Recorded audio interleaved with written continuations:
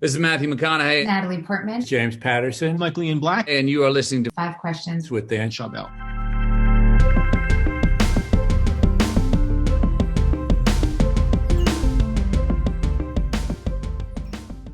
Jim, welcome to Five Questions. Thanks for having me, Dan. It's great to be here. Well, I'm so happy to have you because I am actually a runner myself, and I have a nice, beautiful new pair. And I got this before I even knew I was going to be interviewing you, of the Adrenaline running shoes by Brooks. And my friend Regan got me into it. Originally, I was wearing Nike shoes and they would kind of mess up my feet. And he's like, "Oh, you should try these Brooks running shoes." And I think I'm on my fifth pair already. So thank you for all of that. That's the story, Dan. You know, we're really engineering our products to get that second pair where you had a good experience with the first one, and the Adrenaline GTS has been with us for well over 20 years now. I probably have more miles on that shoe than any other. Well, I'd like to get started just kind of figuring out your past and your inspiration for the company. What was the original inspiration for being in the shoe business and creating this brand? You know, I had a journey that took me to consumer products, Dan. I started out actually in banking, but went to Pillsbury. The Coleman Company got me into the outdoors and sporting goods. And I was actually on the board at Brooks, and I would come in as the CEO. It was the fourth company I would run. And for me, I was excited because I'd been a runner since I quit playing competitive sports at age 20. I've been running for literally 2 decades, and I just loved it. It fed me. I wasn't running to compete per se, but it was just an investment in myself, fitness, health, and wellness, and the like. So when I got to Brooks, I was an avid enthusiast, but B, I saw an opportunity to build a brand. And by that time in my career, I really wanted to be part of a team that was building something. So is in the day I got to Brooks, I literally wrote on my whiteboard a Disraeli quote that I loved: "The secret to success is constancy of purpose."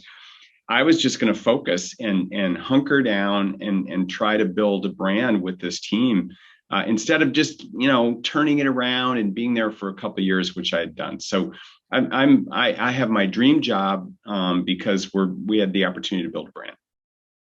Yeah, I actually hated running back in the day when I was in high school playing soccer, because I was forced to run 3 miles a day, which right now doesn't seem even that much compared to what I run, like 3 to 5 range right now. But now I've enjoyed running because it's on my own terms, and it's my way to kind of get away from work and everything else and kind of be in my own head and think of ideas and where I want to do. So I've learned to enjoy it, and it must be so incredible to be building a team and then watching them as they grow over the years and kind of take some of your principles and put them into action. But you've encountered some pretty significant challenges, like, cancer and steering your company out of bankruptcy. How did you navigate these challenges and overcome them?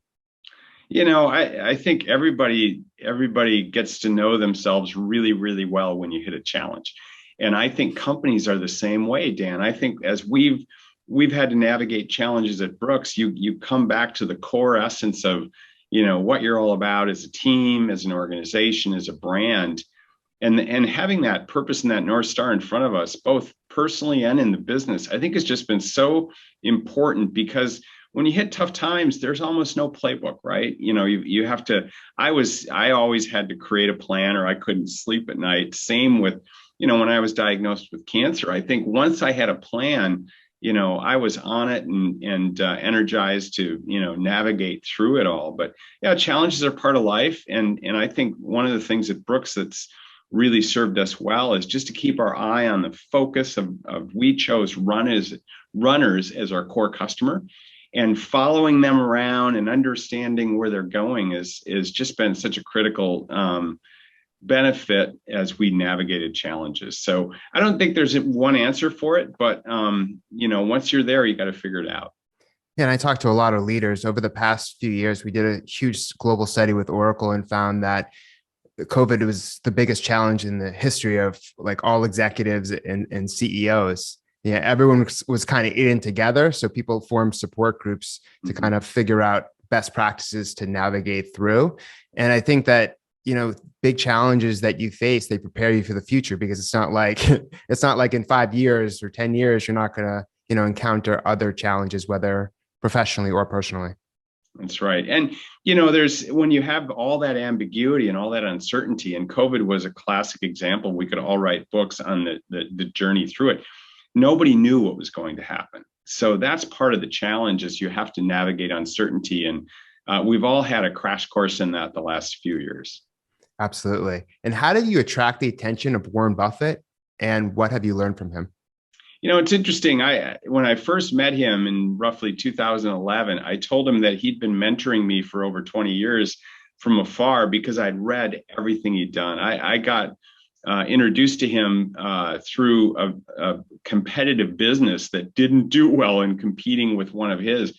And so I started to read his reports. And so as we were building Brooks, we've had 4 owners since I've been here. And the third one was Fruit of the Loom. It was a Berkshire Hathaway company.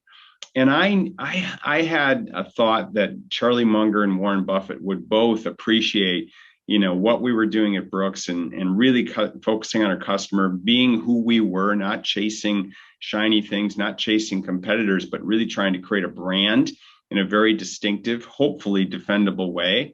And it's a good business now. It wasn't when we started, but now it's a great business, and that allows us to continue to compete effectively over the long haul. So I thought that he might, like what we were doing at Brooks, and that turned out to be the case. Pretty massive endorsement, I would say. What key leadership principles do you think are key to managing today's workforce?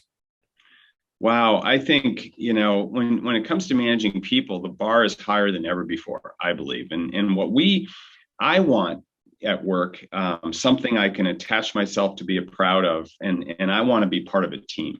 And, early in my career, I assumed everybody thought like I did. They don't. But what we are trying to create is a company with a purpose that, people are essentially proud to attach themselves to and lean into. That's the starting point.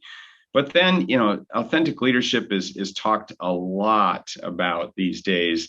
And I have that as one of my principles, to lead authentically. And to me, what it means is you have to be trustable, and I think, if you're, the word humble is overused, I think, Dan, but to me, it reflects the fact that there's a curiosity there, that you start in a conversation with another employee that you don't know everything, and you're in an active listening and learning mode. And that's the kind of base, foundation of human interaction that we try to build in the Brooks culture here. It builds trust. Underneath that is, of course, having integrity and being trustable, and respecting each other. So that's baseline stuff. But when you think about it, all great teams have that trust for teammates.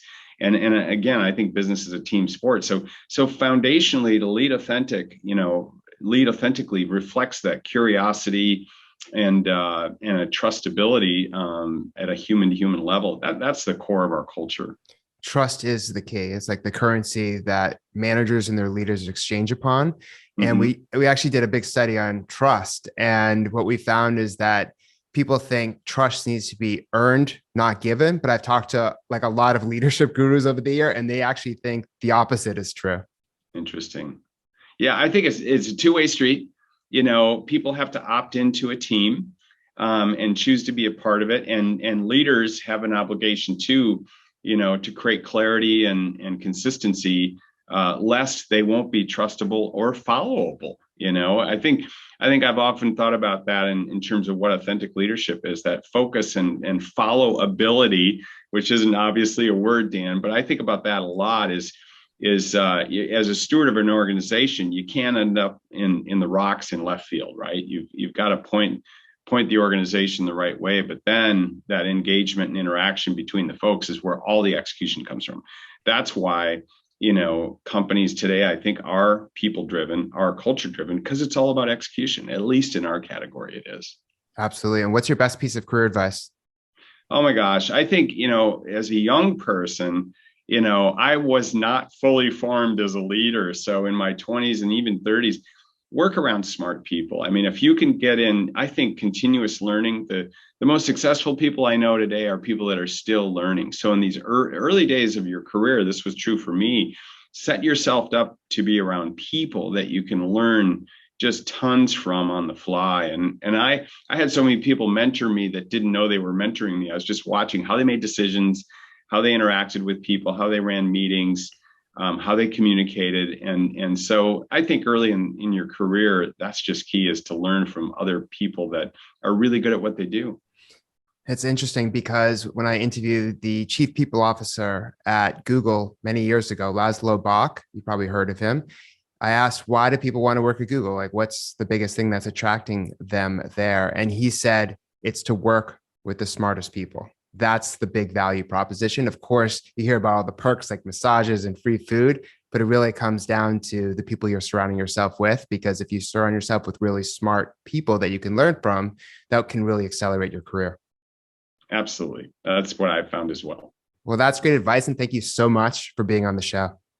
I enjoyed it. Thanks for having me, Dan.